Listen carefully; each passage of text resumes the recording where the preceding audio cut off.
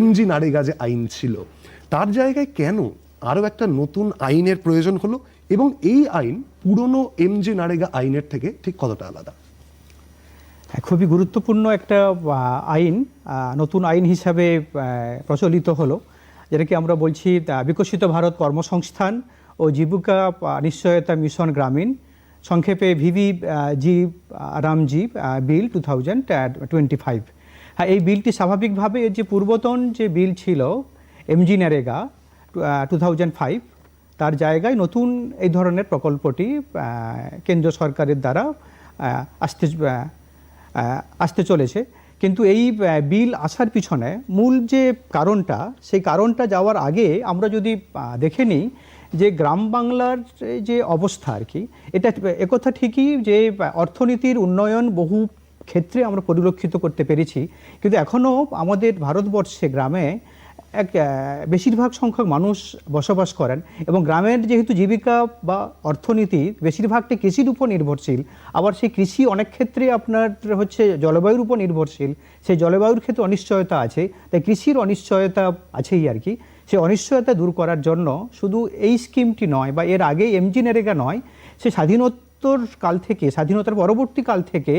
ভারত সরকারের তরফে বিভিন্ন ধরনের কর্মসংস্থান সুনিশ্চিত প্রকল্প চালু হয়েছে, এবং এই কর্মসংস্থান সুনিশ্চিত প্রকল্পগুলোর উদ্দেশ্যই হচ্ছে যাতে গ্রামীণ মানুষের রোজগারের যে অনিশ্চয়তা, সেই অনিশ্চয়তাটাকে কিছুটা হলেও মোকাবিলা করা। যদি আমরা দেখে নেই ঠিক 1980-র দশকে, তারও আগে বেশ কিছু স্কিম ছিল, কিন্তু 1980-র দশক থেকে গুরুত্বপূর্ণ কিছু কর্মসংস্থান স্কিম ভারত সরকারের দ্বারা প্রচলিত হয়েছে।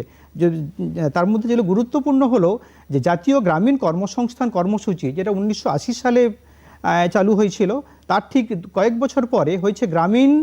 ভূমিহীন শ্রমিকদের জন্য কর্মসংস্থান নিশ্চয়তা কর্মসূচি। তারও কয়েক বছর পরে হয়েছে জহর রোজগার যোজনা, এবং 1993 সালে হলো 100 দিনের কর্মসংস্থান নিশ্চয়তা প্রকল্প, যেখানে কিন্তু গ্যারান্টেড এমপ্লয়মেন্ট ছিল না, কিন্তু 100 দিনের কাজের একটা প্রভিশন ছিল। তারও পরবর্তীকালে এসছে 1999 সালে জহর গ্রাম সমৃদ্ধি যোজনা,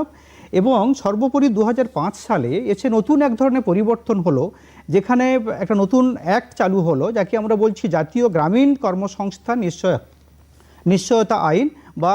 নারেগা 2005। এইখানে প্রথম কর্মের অধিকারকে সংবিধান দ্বারা স্বীকৃতি দেওয়া হলো এই বিলের দ্বারা, এবং তার ঠিক কয়েক বছর পরে, 4-5 বছর পরে আবার 2009-এ গিয়ে সেই বিলটি আবার পরিবর্তিত হলো Mahatma Gandhi national rural employment guarantee act, যাকে আমরা সবাই এমনারেগা বা মানরেগা বা 100 দিনের স্কিম বলে আমরা জানি। ওই 100 দিনের স্কিম একথা ঠিকই, এর আগে যতগুলো কর্মসংস্থান সুনিশ্চিত প্রকল্প ছিল তার মধ্যে 100 দিনের স্কিমটি সবচেয়ে বেশি উল্লেখযোগ্য, সবচেয়ে বেশিভাবে সফল, যদি আমরা তার আগের প্রকল্পগুলোর সঙ্গে